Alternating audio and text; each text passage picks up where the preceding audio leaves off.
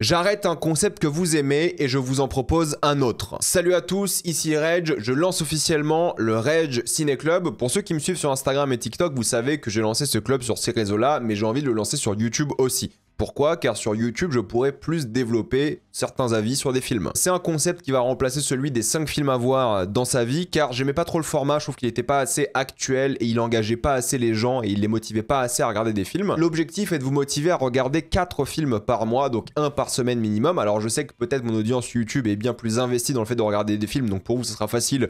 Ou alors vous avez peut-être même déjà vu ces films. Mais voilà, c'est juste pour remplacer le précédent concept. Et il y aura 4 films, un film bonus tout de même, et aussi une série. Et l'idée est d'au moins de finir de regarder ces 4 films dans le mois. Comme ça, vous vous motivez chaque semaine à regarder au moins un. Et le truc supplémentaire que j'ai envie que vous fassiez, c'est que j'ai envie de vous motiver à créer, non pas forcément du contenu autour, mais au moins quelque chose. Par exemple, sur TikTok et Instagram, j'ai lancé le hashtag Reg Ciné Club. Il y a plein de gens qui font des reviews vidéo. Et c'est super sympa parce que même si je suis pas tout le temps d'accord avec les gens, au moins j'essaie de comprendre pourquoi ils n'aiment pas des films. Je republie d'ailleurs les avis des gens et en plus de ça, ça vous permet à vous de développer une sorte de sens critique, à vous dire ok, bah ça j'aime bien, pourquoi? Ça j'aime pas, pourquoi? Parce que c'est important d'essayer de comprendre pourquoi on n'aime pas les choses. Il y a des gens qui ont fait des formats vidéo, mais vous pouvez écrire des reviews Letterboxd, écrire des commentaires sous cette vidéo, bref, pour parler de cinéma, essayez de mettre des mots sur les sentiments et émotions que vous avez sentis en regardant un film. C'est l'objectif du Ciné Club. C'est pas juste de regarder bêtement, mais de peut-être au moins créer une réflexion autour, que vous la publiez ou pas d'ailleurs. J'ai aussi créé une liste Letterboxd de tous les films du Ciné Club, je vous la mettrai évidemment dans la description, elle canton épinglé. Il y a un canal Instagram et une playlist TikTok. Regardez ces films en VOSTFR s'il vous plaît. Ces films sont disponibles sur des plateformes en Blu-ray où vous allez trouver un moyen de les regarder, hein, clin d'œil. C'est ok de ne pas aimer tous les films de la liste, vous inquiétez pas, le but c'est vraiment de découvrir des projets, des œuvres et de comprendre surtout pourquoi on les aime ou pas. Il faut essayer dans la vie. Donc là je vais vous dire la liste des œuvres à voir pour novembre et ensuite je vous donnerai mon avis sans spoiler évidemment sur les précédents films des 2 précédentes éditions du Ciné Club.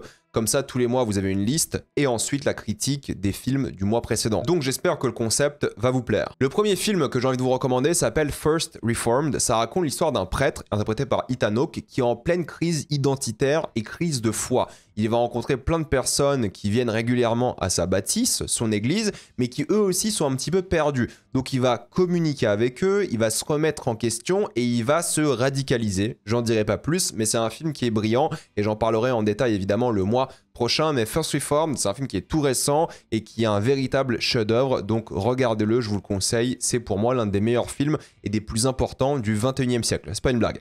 Ensuite, j'ai envie de vous conseiller pour ce mois-ci La soif du mal ou Touch of Evil de Orson Welles. C'est un film des années 50 et c'est un monument du cinéma aussi, pour plein de raisons différentes. Mais grosso modo, c'est l'histoire d'un avocat et d'un flic qui vont devoir enquêter sur une attaque à la bombe à la frontière entre le Mexique et les États-Unis et ça va aller très très loin, croyez-moi. Je vous expliquerai après le mois prochain de quoi ça parle en détail, mais vous allez vous prendre une claque technique, une claque visuelle et l'acting est phénoménal. Donc matez La soif du sang, c'est pour moi un chef-d'œuvre et je pense que je préfère même ce film à Citizen Kane et ça c'est pas une blague. Le troisième film c'est le chef-d'œuvre indémodable d'Alfonso Cuarón, Children of Men ou Les Fils de l'Homme, qui raconte l'histoire d'un monde pré-apocalyptique d'anticipation dans lequel il n'y a plus de naissance et c'est là qu'on va suivre un protagoniste un peu désespéré, qui vit sa vie de manière classique au quotidien, et tout va changer lorsqu'il va tomber sur une femme enceinte qu'il va devoir escorter d'un bout à l'autre du Royaume-Uni. J'ai pas envie de trop en révéler sur le scénario, mais vous allez prendre une claque technique de une, mais ce que ce film raconte, malheureusement, il est beaucoup trop d'actualité, donc regardez Les Fils de l'Homme, c'est un monument, vous allez adorer. C'est peut-être le plus blockbuster, je dirais, de la liste d'aujourd'hui, mais c'est aussi un chef-d'œuvre comme les autres films de la liste. Le prochain, c'est Cléo de 5 à 7 d'Agnès Varda. C'est l'histoire d'une femme qui est persuadée d'avoir le cancer et elle va avoir ses résultats en fin de journée. Donc on va suivre sa vie en temps réel de 5 à 7, donc de 5h à peu près 18h30, parce que le film dure 1h30, et c'est littéralement, bah voilà, chaque minute de sa vie pendant ces 1h30, elle va faire des rencontres, des choses comme ça, et c'est une capsule d'un moment, d'une époque, d'une vie, et évidemment j'en parlerai le mois prochain aussi, mais regardez-le, ça se regarde très très bien, c'est très très court, c'est un monument du cinéma français, vous devez impérativement le regarder, et vous allez clairement être ému. Donc ça c'est les 4 films, on va dire, prioritaires à regarder ce mois-ci, mais je vous propose aussi un film bonus, un film d'action, c'est Crouching Tiger, Hidden Dragon, que j'ai aussi revu récemment, qui est un film d'action chinois, réalisé par Ang Lee, mais c'est marrant parce qu'il y a un mélange un peu chinois-américain, ce qui est assez intéressant. Donc grosso modo, c'est un film de drame à la fois politique, familial, mais aussi d'arts martiaux. Je n'en dirai pas plus, découvrez cette grande œuvre, fresque, épique, historique, entre guillemets, parce que c'est quand même de la fiction et de la fantaisie, hein, mais vous allez prendre une claque à la fois de romance, d'action, c'est un film bonus que vous allez pour beaucoup d'entre vous adorer, juste pour l'action, parce que c'est quand même considéré comme un grand film d'action, vous allez prendre une claque. Et en termes de série télé, je me suis dit, allez, pour ce Rage Ciné Club, on va lancer avec ma série préférée tous les temps, c'est Succession. J'en ai fait beaucoup des vidéos sur Succession, et pour ceux qui ne savent pas, c'est très particulier, parce qu'en gros, c'est l'histoire d'un empire médiatique en mode Fox News, dont le dirigeant, le père de famille que vous voyez juste là, est malade. Et tous ses enfants commencent à un peu se battre pour l'héritage familial, qui est donc cet empire médiatique. Ils veulent tous être l'héritier et le PDG de l'entreprise.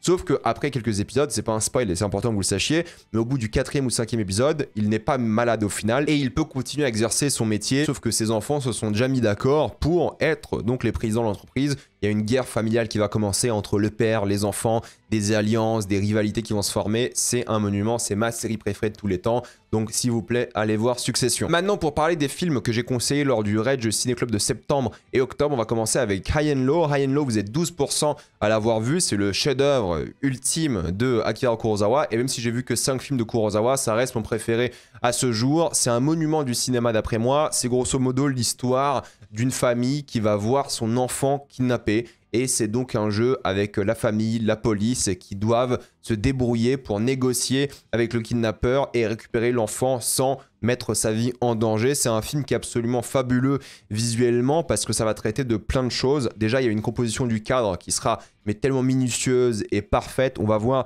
littéralement l'emplacement des personnages qui sera tellement crucial dans ce qui se passe dans le point de vue de la narration par rapport à leurs relations, leur développement, juste par là où ils sont installés dans la pièce. Donc c'est assez dingue et surtout ça va parler de choses hyper importantes, de la morale, comment est-ce qu'on sauve un enfant comme ça, est-ce qu'il faut donner l'argent au kidnappeur, ça va parler du capitalisme parce que l'enfant qui est kidnappé c'est l'enfant d'une famille très riche en réalité et cette richesse crée beaucoup de jalousie. Donc ça va parler aussi des différences de classe entre les différentes personnes. Il y a une séquence en train qui est absolument fabuleuse parce que le film est composé en plusieurs parties. La première qui se passe en huis clos dans le bâtiment principal, la maison de la personne riche avec la police. Ensuite un passage en train et un dernier passage qui sera sur l'enquête et trouver ce kidnappeur, ce qui est assez fascinant. Et c'est ça qui va être bien, c'est qu'on va essayer de comprendre pourquoi le kidnappeur a fait ce qu'il a fait par rapport évidemment à cette jalousie de classe, mais d'autres choses évidemment que je ne vais pas citer ici pour pas vous spoiler, mais ça va vraiment être à la fois une enquête policière, un drame familial, et c'est ça qui va être fort, c'est que la narration est constamment renouvelée, on découvre à chaque fois de nouvelles choses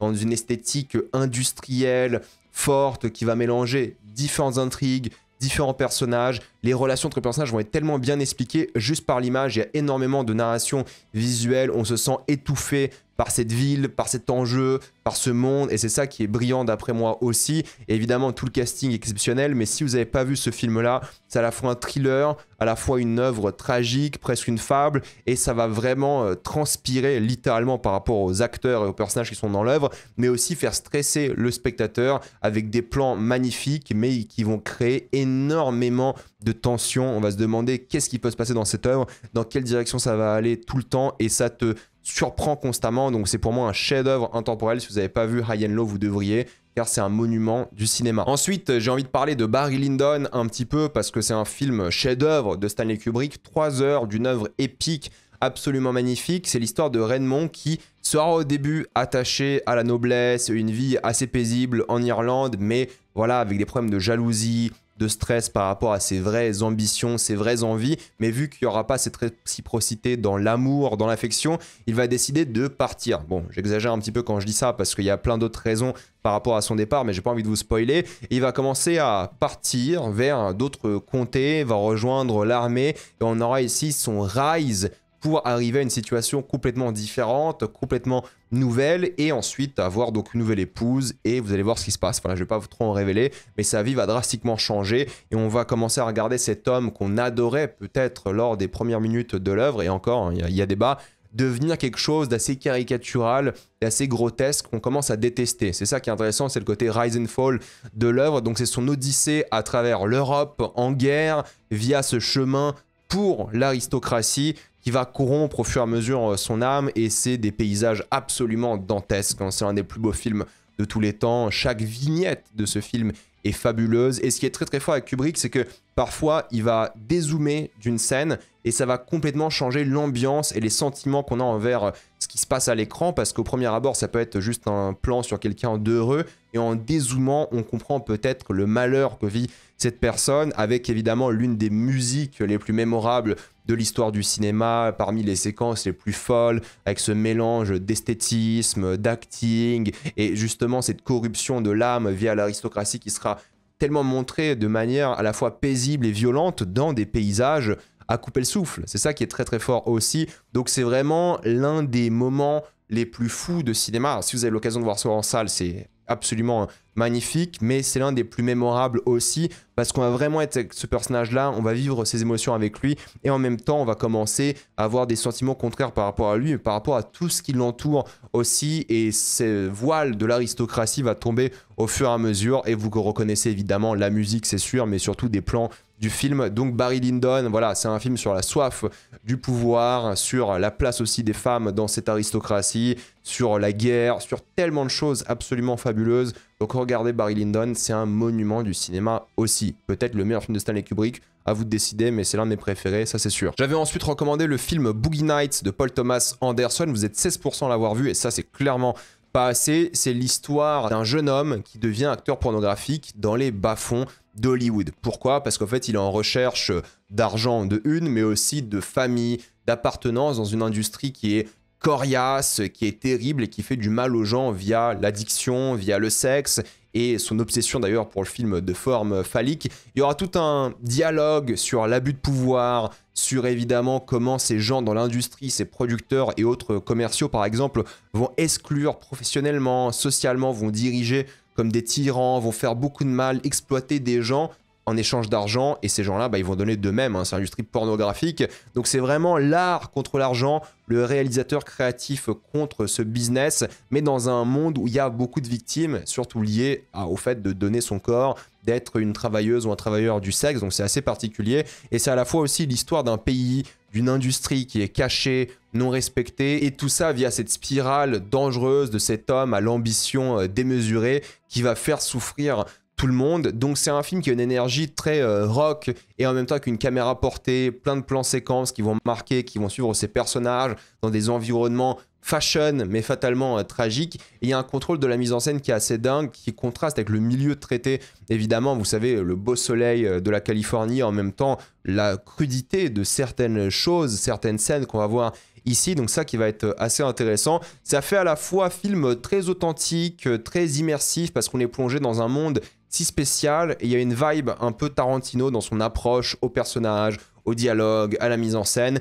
C'est un film qui est ultra accessible, et c'est une comédie noire, hyper jouissive aussi. Donc si vous n'avez jamais vu Boogie Nights, vous allez plonger dans un monde, et vous allez ressentir des choses, encore une fois, très contradictoires, très belles. Donc regardez Boogie Nights, peut-être le meilleur rôle d'ailleurs de Mark Wahlberg, et un super film de Paul Thomas Anderson, donc foncez. Maintenant, il faut parler de l'un des plus grands films d'action de tous les temps. C'est à toute épreuve, Hard Boiled de John Woo. C'est l'histoire de plusieurs policiers qui vont rentrer dans une organisation criminelle, évidemment en agent double, et vont devoir faire tomber cette organisation criminelle. Sauf que les policiers ne savent pas qui travaille pour la police ou pas dans l'organisation. Donc tu auras un mec qui va causer plein de problèmes, mais il risque aussi de tuer ses collègues flics. Donc ça qui va être intéressant, et c'est vrai que peut-être John Woo a inventé l'aura farming. On parlait des paysages et tout, de l'esthétisme de Kubrick tout à l'heure, mais en termes de charisme, de personnages, d'action, on a rarement vu ça dans un film. Rarement des personnages ont été aussi classe en massacrant des gens, et le revoir en salle pour moi c'est une véritable claque, parce que ça a vraiment confirmé le statut pour moi de l'un des plus grands films d'action de tous les temps, parce qu'il y a ce mélange parfait de kitsch, et oui je précise ça sera quand même très kitsch, mais de personnages attachants, d'intrigues surprenantes et d'une mise en scène mais inégalée pour le coup. Dans les séquences d'action les plus mémorables de l'histoire du cinéma pour moi, il y a des explosions démentielles, des figurants par centaines, des moments bien plus intimistes qui va parler de la relation entre ces personnages, il y a plein de guns aux munitions infinies, des musiques envoûtantes. C'est une pure overdose visuelle, sonore, jouissive que propose ici John Woo. Alors oui, il faut être prêt parce que ça en fait vraiment des caisses, mais c'est ça que j'adore aussi personnellement. Et la première chose que tu as envie de faire après avoir revu le film, c'est juste de le revoir, quoi, parce que tu as envie de cette adrénaline, ce rush, tu as envie de refoncer dans ce monde, le duo double flingue, fusil à pompe, rivalité l'amitié entre Tony Leung, la légende, et Chow Yun-fat, évidemment, ça reste un régal. Donc allez voir ce film, l'un des plus grands films d'action de tous les temps. Oui, c'est un peu spécial, mais c'est une véritable claque. Ensuite, j'avais recommandé le film le moins accessible de la liste, mais il en faut un de temps en temps tout de même. C'est Sur le globe d'argent. Vous êtes 4% à l'avoir vu, et moi j'ai pris une claque. J'ai découvert ce film,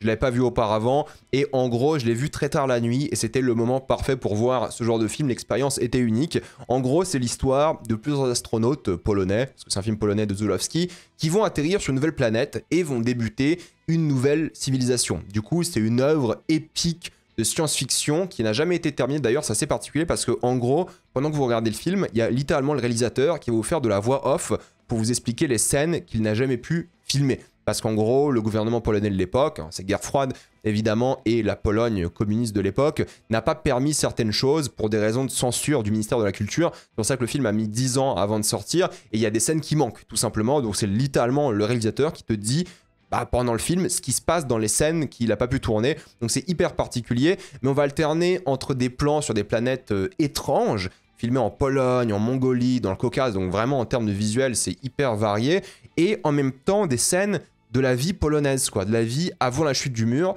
narrée par ce réalisateur, et il va faire des liens thématiques entre la vie d'aujourd'hui, enfin d'aujourd'hui, de l'époque pour lui, et en même temps le film de science-fiction qu'il est en train de créer. Et vous le voyez déjà, il y a une direction artistique qui est quand même très léchée, qui est très intéressante visuellement, et on va suivre ces 3 astronautes qui vont essayer de fonder cette civilisation, et ça va être intéressant parce qu'il y aura plusieurs générations qui seront mises en avant dans le film, avec 3 intrigues principales, on va dire, le cynisme de l'homme, tout ce qui concerne la religion, ses fantasmes, le totalitarisme, son oppression, la condition humaine, la guerre, la nature, mais aussi la famille et l'amour, et ça qui va être très très fort. C'est une grande œuvre, c'est 2h40 mine de rien, et ça rajoute une sorte de commentaire méta par rapport à la censure du projet en lui-même, et le film surprend car il va alterner souvent entre des plans séquences impressionnants à des scènes avec énormément de coupes au montage, et ça crée une vraie intensité, une confusion et une impression d'admirer un peu les derniers moments enregistrés de l'humanité. D'ailleurs, ça parle de ça aussi. Et c'est ce pessimisme que moi j'aime beaucoup dans l'œuvre,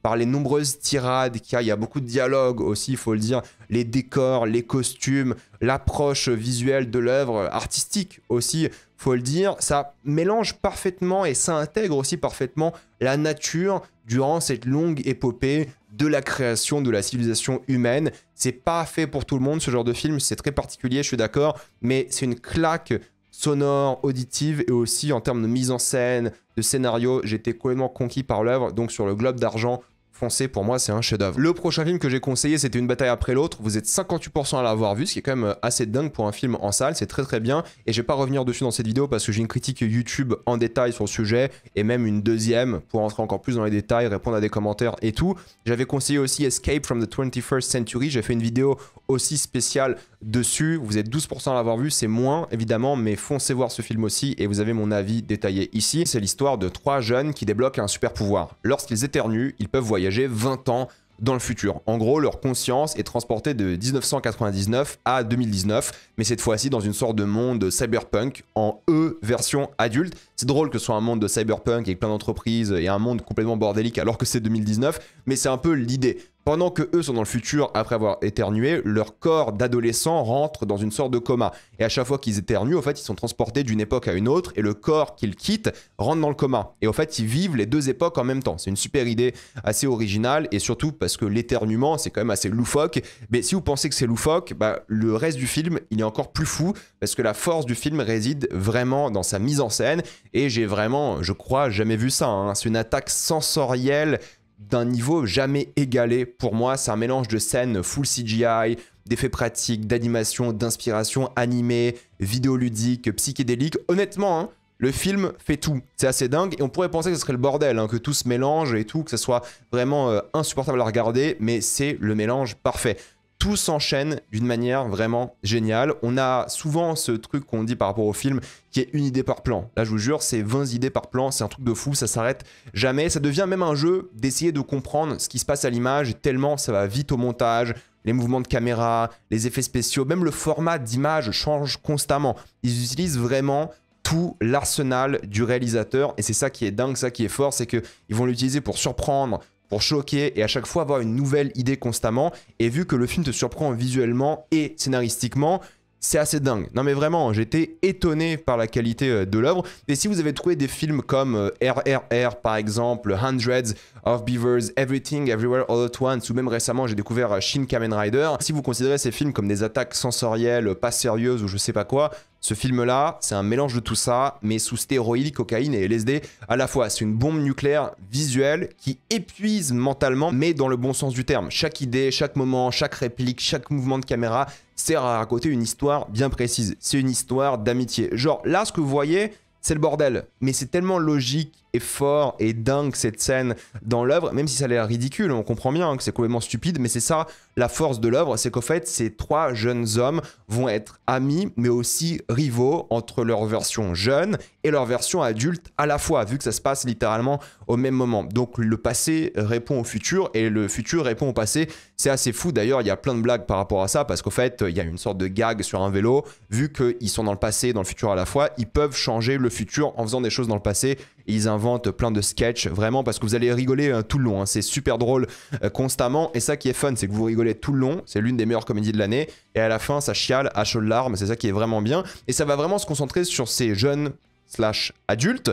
Eux, ensemble, leurs drames familiaux, t'as l'impression qu'il y a 6 personnages au total, alors qu'en fait, il n'y en a que 3 en réalité. Et aussi cette satire de ce monde qui est devenu cynique, cyberpunk, pour les intérêts d'une entreprise, qui a des motivations qui sont parfaitement liées aux thématiques de l'œuvre. Genre même les motivations d'entreprises méchantes sont vraiment mises en parallèle avec les jeunes qui ont ici le droit à une sorte de rite initiatique. Et c'est ça qui est fort, c'est qu'en fait ça mélange parfaitement ce rite initiatique, cette mélancolie, cette nostalgie d'une époque révolue et des ondes très positives et à la fois cyniques de l'avenir, sur l'âge adulte, sur le deuil, la mort, l'amour, le couple, ça y va dans tous les sens, ça parle de tellement de choses alors que c'est 1h30 de film. Les scènes d'action sont tellement jouissives et folles et divertissantes et satisfaisantes. Le climax, c'est tellement le crescendo parfait. Je voulais littéralement me lever de ma chaise, hein, j'en pouvais plus. Hein. J'étais à fond, la musique utilisée à ce moment-là est excellente, hyper connue mais parfaite. J'avais l'impression de voir un peu le premier film réalisé par une sorte de mec qui a grandi avec YouTube, avec les jeux vidéo, avec les années 90. C'est un film de millénial, t'as l'impression. Et c'est ça qui est fort, c'est qu'en fait, il y a de fortes chances que les gens détestent ce film, mais vraiment, parce que c'est à la fois un film qui est une énorme attaque visuelle, mais vraiment dingue, mais il faut adhérer au concept. Et si vous adhérez, vous allez être conquis. Mais ceux qui vont voir juste les effets spéciaux, les techniques peut-être de mise en scène trop loufoques, trop farfelues, too much, parce que le film est too much, mais d'après moi, d'un point de vue positif. Oui, les effets spéciaux ne sont pas parfaits, d'accord, mais vu que le film est tellement intime, intense et que la direction artistique est vraiment réussie, la mise en scène sauve clairement la chose. Et pour moi, j'ai toujours dit, les effets spéciaux, la qualité technique, je m'en fiche si la mise en scène est bien. Et en fait, c'est assumé, c'est honnête, c'est beau, c'est touchant. Les acteurs sont géniaux, les 6 d'ailleurs, enfin tous sont géniaux. Et ça qui est fort. En fait, ça met une claque, littéralement, car il faut être accroché pour que la chose vous prenne en pleine figure et que vous puissiez tout simplement tenir debout, j'ai envie de vous dire. Et vous savez jamais quelle sera la prochaine scène. Vous savez jamais comment vous allez finir le film et vous allez sortir du film à la fois un peu épuisé mentalement, parce que franchement en termes de visuel ça y va à fond, mais aussi ému de l'œuvre. Vous allez comprendre les thématiques, l'histoire, et il faut se laisser emporter par cette aventure. Et j'ai juste envie de revoir le film tellement il y a sûrement des choses à décortiquer, des choses à revoir pour le détail et tout, parce que franchement c'est difficile à suivre. Mais si vous avez envie de vous prendre une claque vraiment sensorielle, vous allez adorer cette œuvre. Et j'ai pas vu beaucoup d'œuvres comme ça dans ma vie, voire quasiment jamais. Et j'avais aussi conseillé Samsara il y a quelques mois dans cette vidéo 5 films à voir dans sa vie. Vous êtes 4% à l'avoir vu, mais plus de personnes devraient le voir, ça c'est sûr. J'en profite pour mettre ce que j'avais dit dans le film dans cette vidéo, comme ça vous n'avez pas besoin de changer de vidéo, c'est plus simple. C'est un film que j'ai découvert aussi il y a quelques mois. C'est un film que je vous conseille aujourd'hui qui n'a pas vraiment d'histoire, mais ce n'est pas non plus un documentaire en soi. Ron Fricke et son équipe ont voyagé dans 25 pays en 5 ans pour filmer des moments uniques autour d'une thématique précise, l'éternel. Fricke, c'est un mec qui est intéressé par la religion, par la nature, par l'humain, par la mort et tout ce qui se rapproche le plus possible de l'éternel, que ce soit physique ou spirituel. On le voit bien avec ce genre d'image qu'il y a constamment dans le film. En 4K, c'est une claque absolue visuellement. C'est potentiellement le plus beau film que j'ai vu de ma vie. C'est pas une blague, hein. En plus de vous donner l'envie de voyager, clairement, ça donne l'envie de presque s'élever spirituellement, de mieux comprendre la vie, qui on est, notre place sur Terre. Et chaque image met une claque. Mais vraiment, c'est le roi du timelapse, de toute façon, hein, ce mec-là, Ron Fricke et son équipe. Et chaque instant qu'il capture semble être un moment de vie unique, comme une sorte d'intrusion dans la vie de quelqu'un ou de quelque chose, la nature ou un événement qui a lieu. Il va faire de nombreux liens entre l'humain, la machine, la nature, Dieu. C'est une expérience sensorielle. Je veux dire, il n'y a pas de dialogue, il n'y a rien. C'est juste 2 heures d'images qui s'enchaînent de 25 pays différents, mais ça raconte forcément une histoire. Ça raconte quelque chose. Ça raconte quelque chose par rapport à l'humain. C'est quelque chose qui est tellement sensoriel, immersif avec une musique. Alors là, les albums à chaque fois de Ron Fricke, parce qu'il a fait plusieurs films, ils sont tous cultes. Pour le coup, vous avez sûrement déjà entendu les musiques du film sans savoir que ça vient du film. Et tu te demandes vraiment comment il a trouvé ces images, comment il a fait. Parce que c'est à la fois une ode à l'humanité, ce qu'elle fait de bien, de mal. C'est à la fois immense, c'est à la fois intime, c'est inoubliable. Enfin, franchement, ce genre de film, je l'ai fini, je voulais le relancer directement. Je me suis dit, il faut que je revoie ça. Bon, à la place, je suis allé voir ses précédents films, Baraka que j'avais pas vu et Chronos, et on en parlera dans une autre vidéo si vous voulez. Mais c'est tellement fort ce qu'il a fait là. Pour moi, c'est son chef-d'œuvre. Ron Fricke, j'ai vu tous ses films, du coup, c'est son chef-d'œuvre ultime. C'est une claque monumentale, juste pour les visuels, juste pour ce qu'il raconte, juste pour ses personnages qu'il crée, pour ses moments. Et chaque moment, je vous jure, vous prenez une claque. Hein. C'est 2 heures de claque après claque. Vous dites, mais comment il a fait ça? Qu'est-ce qu'il fait là? C'est tellement beau et c'est un voyage spirituel, sensoriel, encore une fois, mais surtout introspectif sur l'être humain, sur ce qu'il fait de meilleur, de moins bien, et de la nature, et tous ces liens qu'il fait. Bref, je vais pas trop en révéler. Il y a des choses à spoiler, mine de rien, concernant le film.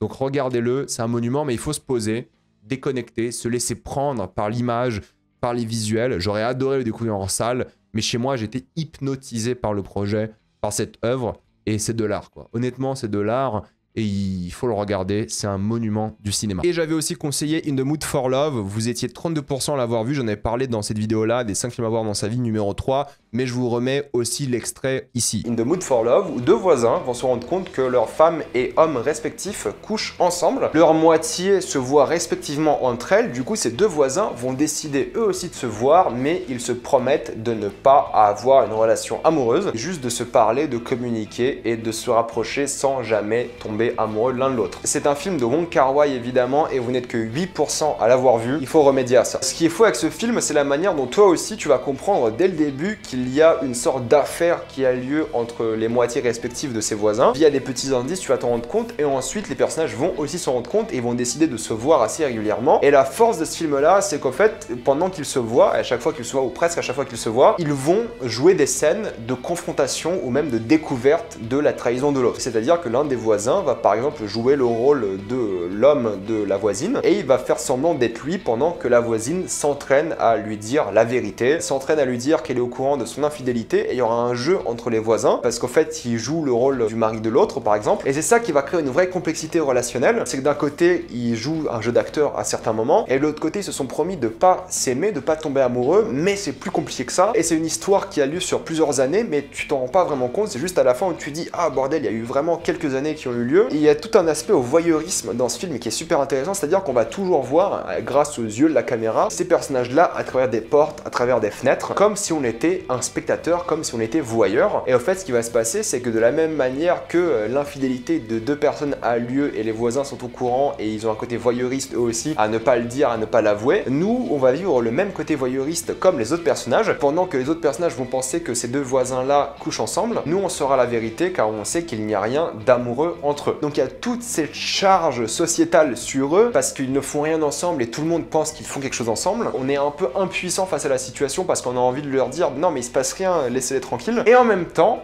plus tu avances dans le film, plus tu te poses des questions aussi. Et c'est pour ça pour moi que c'est un des plus beaux films de tous les temps, l'un des plus beaux films d'amour en tout cas de tous les temps, c'est qu'il y a une vraie complexité dans cet amour et à la fin du film, t'es vraiment dans toutes tes émotions parce que tu te rends compte de ce qui vient de se passer. C'est un film qui est vraiment bien rythmé, moi je me suis jamais ennuyé, c'est un film qui est très beau, t'as un thème musical qui revient sans arrêt, mais les couleurs du film, la manière dont la caméra joue ce côté un peu voyeuriste, ça joue avec le spectateur, ça joue avec les personnages et t'as l'impression que tout est maîtrisé, mais le tournage était horrible. Apparemment c'était d'une complexité sans nom, mais tu ne le remarques pas du tout dans le film, t'as l'impression qu'ils ont tout maîtrisé de A à Z, alors que malheureusement pour eux ce n'est pas le cas, mais le résultat final est grandiose. C'est un film sensoriel et hypnotique, et en même temps c'est un film, d'après pas mal de personnes, d'après pas mal de critiques que j'avais lues à l'époque, assez géopolitique aussi, parce que ça va raconter l'histoire de Hong Kong longue via la relation de ces personnages-là. Mais bon, je m'y connais pas assez pour débattre sur ce sujet-là. Mais pour ceux qui s'y connaissent, peut-être il y a encore une lecture plus intéressante à ressortir du film. En tout cas, c'est plein d'émotions, c'est vraiment puissant, c'est magnifique à regarder, les acteurs sont incroyables et pour moi, c'est un film parfait. C'est doux amer à certains moments, mais c'est aussi très beau et très poétique. Enfin bref, c'est un classique à voir d'après moi. C'est peut-être le film le plus inaccessible de la liste, j'ai envie de dire, mais si vous aimez les histoires d'amour, si vous êtes patient, si vous réfléchissez bien à ce qui se passe à l'écran, parce qu'il faut être curieux et il faut vraiment faire attention à ce qui se passe, parce que le film va vous surprendre, le film va beaucoup jouer avec votre impression du film et ça, c'est très bien foutu, je trouve. Moi, la première fois que je l'ai regardé, j'ai dû le revoir une deuxième fois pour bien tout comprendre. Il faut vraiment faire attention à ce qui se passe et vous allez juste adorer ce film, croyez-moi. C'est un film tout simplement magnifique. Donc c'est bien parce que par rapport à mon premier sondage, vous étiez vraiment peu à l'avoir vu, ça a changé. Voilà, j'espère que ce concept va vous plaire, ce nouveau concept que je mets en place ici, un peu différent mais similaire aux 5 films à voir dans sa vie, mais ça va vous motiver à peut-être créer des choses autour des films que j'ai conseillés pour le mois de novembre. Et en même temps, vous avez mon avis sur les films du mois précédent. Donc normalement, on est carré, tout est bon. Dites-moi ce que vous pensez du concept dans les commentaires. Pensez à vous abonner à la chaîne pour voir les prochaines vidéos. Mettez un j'aime, ça aide beaucoup la chaîne. Suivez-moi sur tous mes réseaux, Spotify, TikTok, Instagram et Twitch. Et moi, je vous dis à la prochaine fois. Salut à tous.